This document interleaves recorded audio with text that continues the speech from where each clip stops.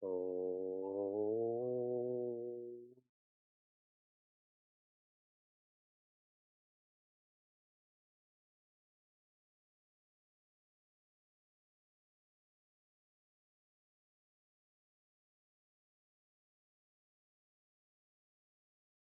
Oh.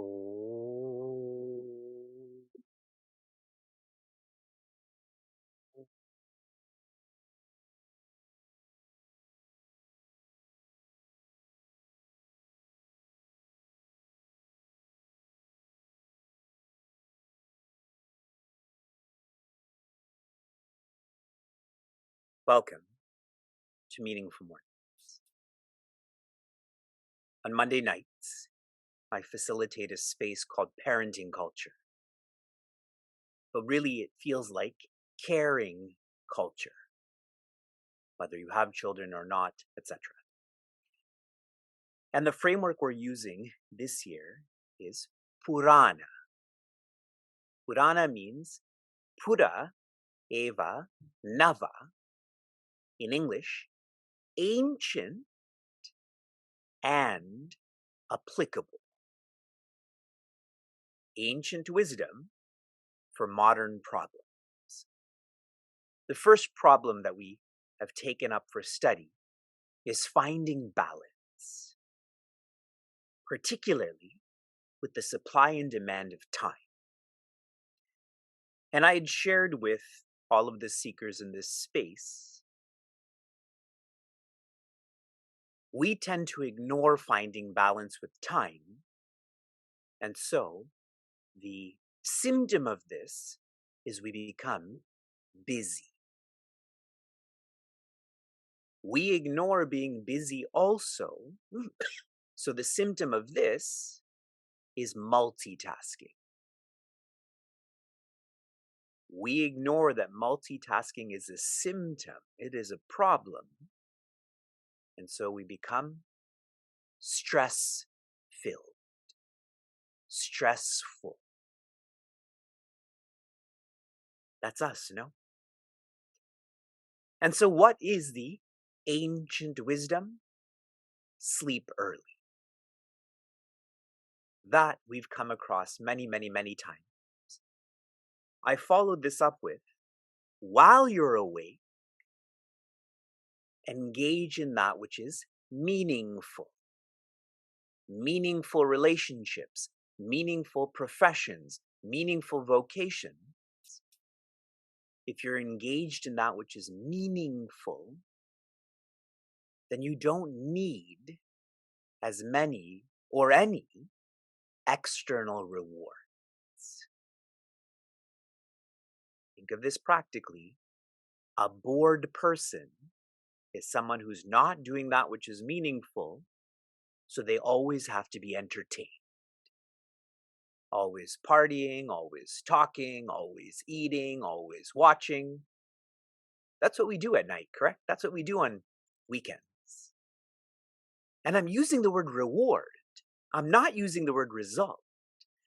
Because a reward is like, I deserve this. But for one who's following rightness, you're letting go of that deservership. Meaningful mornings is like moha mudgara. It is hammering out wrong thinking. I'm reading an insight from Pujaswami Chinmayananda in reference to the introduction of chapter 16. In every system of ethics, catalogs a series of virtues and vices, and, strangely enough, all such systems read the same, although their prophets were of different times and places. In Bharat, we have a beautiful slogan, motto, philosophy. Satyam eva jayate. Truth alone wins, but it's not dated. 1900, 2023. Truth will always be a virtue. It doesn't matter what your skin color is. It doesn't matter what religion you associate with. The special advice and appeals to the people are obviously determined by the sort of life lived by the majority of the people of their respective times and places. What Sri Krishna is sharing with us, we need. And for anyone who's honest in listening carefully to these Daivi Sampati, these values, you will agree. In the coming days, I will share with you some signs of Kali Yuga. How we can feel or observe selfishness in society. These values become more real then. Sampati means inner wealth, or what your source is. Like for someone whose parents are educated, their inner wealth is they probably have gone through the same system of education. That is their privilege. In chapter 16, Sri Krishna is starting with Daivi Sampati. This, in reference to chapter 14, is those who are sattvic, filled with quietness. Soon Sri Krishna will start to indicate Asuri Sampati. In reference to chapter 14, those who are filled with Raja, that is aggressiveness, and Tama, laziness. You will find as we get into the Asuri Sampati, Shri Krishna focuses more on aggressiveness than laziness. More on what it feels to be an Asura than a Rakshasa. If I can change this into English, those who are selfish, but not those who are wicked. If you reflect on the Pandavas, they had elements of selfishness. There was weaknesses in their personality, but they were not wicked. That's why whenever they needed help, they asked for help. Whereas the Kauravas were selfish and wicked. They also had weaknesses, but they were never honest to it, and so never asked for help. As we continue going through these values and vices, this is not new to you. However, Shri Krishna is bringing this up to encourage us to listen more. That's at a thought level. To reflect more, that's at a word level. Those who reflect a lot tend not to be reactive, talkative. And to practice more, that's at an action level. Values are in books, virtues are in a personality. That's the beauty of the word sampati, your inner wealth. Verse 2, values we've not come across in the Bhagavad Gita thus far. Ahimsa satyam akrodaha tyaga shantirapaishunam daya bhuteshvaloluptvam mardavam hir achapalam. Joy. Ahimsa, traditionally defined as non-harming. How do we engage in this at a thought, word, and action level? If you engage in swadhyaya, getting to know who you are, the more you know yourself, the more you know another, you nurture a sensitivity. The way you don't want to be harmed through harsh words, in the same way, you don't use harsh words with others. Satya, traditionally defined as truth, Pujaswami Tejomayananda shared, it is to know about a field, a subject, a person before speaking about that. That's why gossiping is the worst sin, because you don't know and you're still talking about it. This is why in our tradition, to really be a seeker, you have to study from a teacher who had a teacher. Correct? See how it's knowing before teaching or learning. I recently met a seeker who's flowing through Srimad Bhagavatam, and he vehemently told me again and again and again that he doesn't have a teacher. He's studying this by himself, and he was sharing this with such pride, so I just stopped talking and started to listen. Because that's not how you study Srimad Bhagavatam. All of Srimad Bhagavatam is a dialogue from someone who knows and sharing this with someone who wants to know.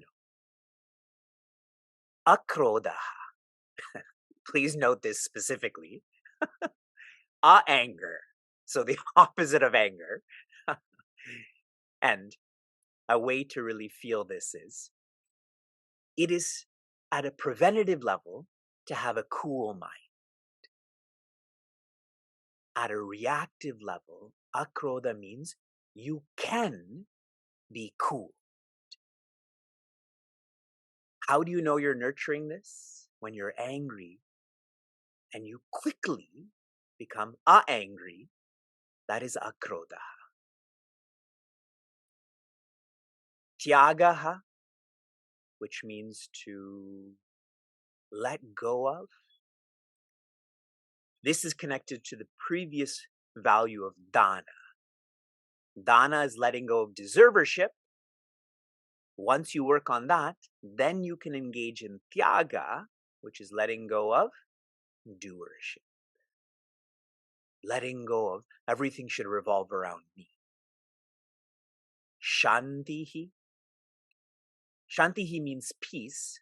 A way we can engage this at a thought, word, and action level is to love oneself. That's why we chant Shanti, Shanti, Shantihi. The first Shanti is for myself. I'm checking in with all of you. You can hear me and see me clearly. Okay, I'm getting strange signs on Instagram, so if something happens, switch over to Zoom or Facebook. Apeishunam. Apeishunam means to be more straightforward. And this specifically refers to how we speak. To not be complex, to be simple, childlike. And now this is connected to Shanti. The first Shanti is for me to love oneself. The second Shanti is to love those who are nearby me. This morning when I went to wake up Shuka, he was sleeping long, my first engagement with him was with my words. I chanted Om. Then with my actions, I picked him up. So my point here is, how do you engage in loving others? You do this through your words, so let your words be simple. Daya bhuteshu. To be graceful, to be gracious with beings. This is difficult. I'm reading an insight from Pujaswami Chinmayananda. To recognize in and through those imperfections, the infinite beauty of life expressed is the secret of enduring tenderness in all saints and sages. Shared differently, when you interact with all beings, try to feel life, that is existence awareness, rather than living, how they look, what they're doing. Then the way we are gracious with ourselves, we will be gracious with others. Next, aloluptvam. I like how that sounds. Aloluptuam means to not want what others have. So practically, stop comparing yourself. And another way to nurture this at a thought, word, and action level is depend on yourself. The more you depend on yourself, the less you depend on articles, circumstances, beings.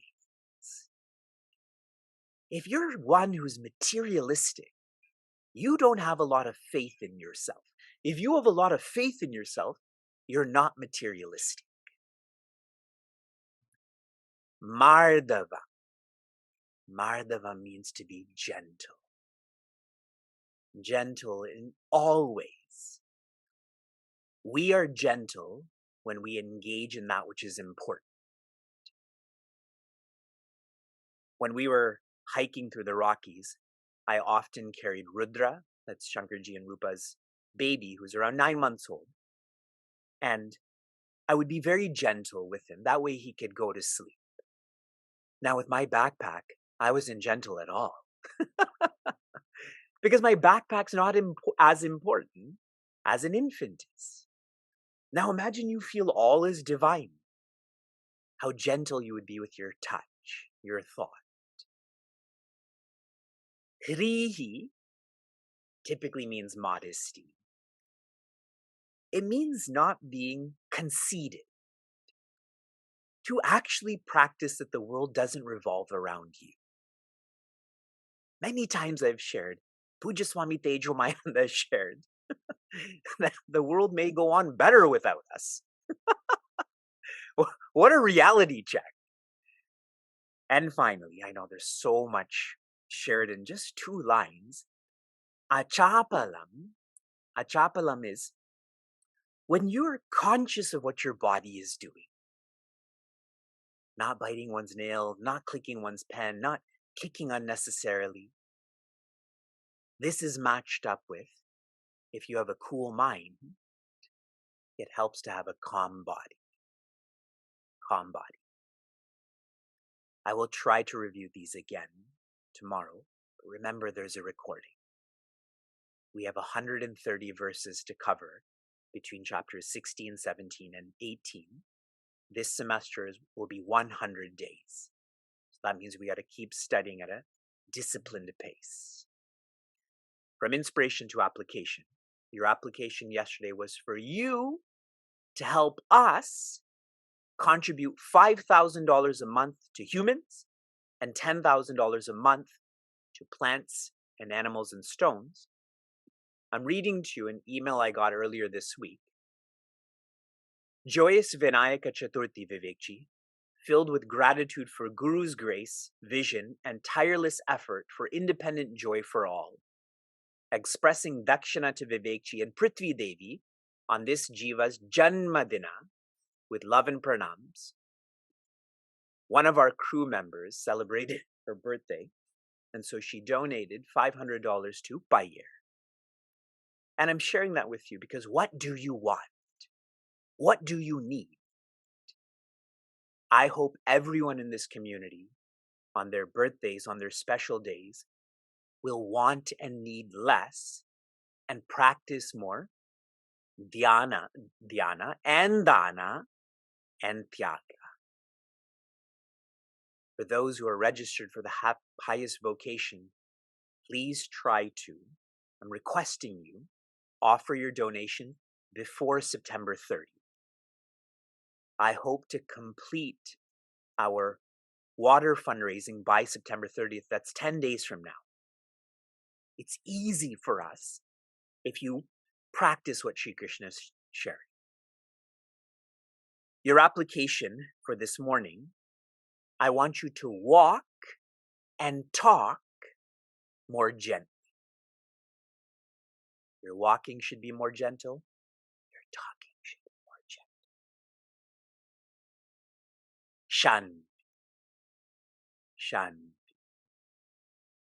Shanti. Be joy.